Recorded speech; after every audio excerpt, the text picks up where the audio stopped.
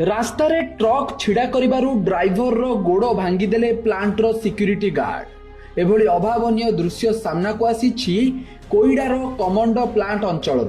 प्रथमे नजर पकांतु ए वीडियो उपरे देखंतु एडा कमांडो वाला दादागिरी एडा कोन दादागिरी कोछन एठी तांकर एडा रोड टाकी हां भाई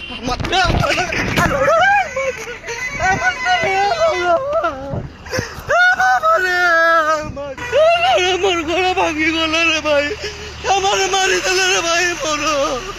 सूचना अनुसार 3 तारीख भोर 5टा समय शिव ओराम नामक जने ड्राइवर नारायण पोसी माइंस रु ट्रक रे आयरन लोड करी भूषण अभिमुखे जाउथिले।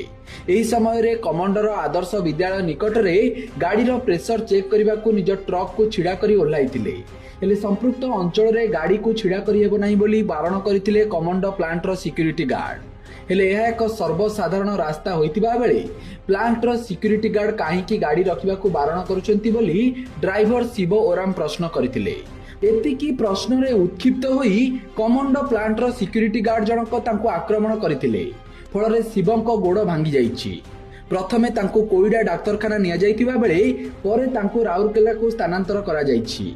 एने ट्रक रो मालिक सरोज नायक कोईडा थाना रे लिखित अभियोग करिसंती। सेपटे जड़े निरीह ड्राइवर को बिना कारण रे कमांडो प्लांट रो सिक्यूरिटी गार्ड आक्रमण करने को ड्राइवर महासंघ जोरदार विरोध करिछि।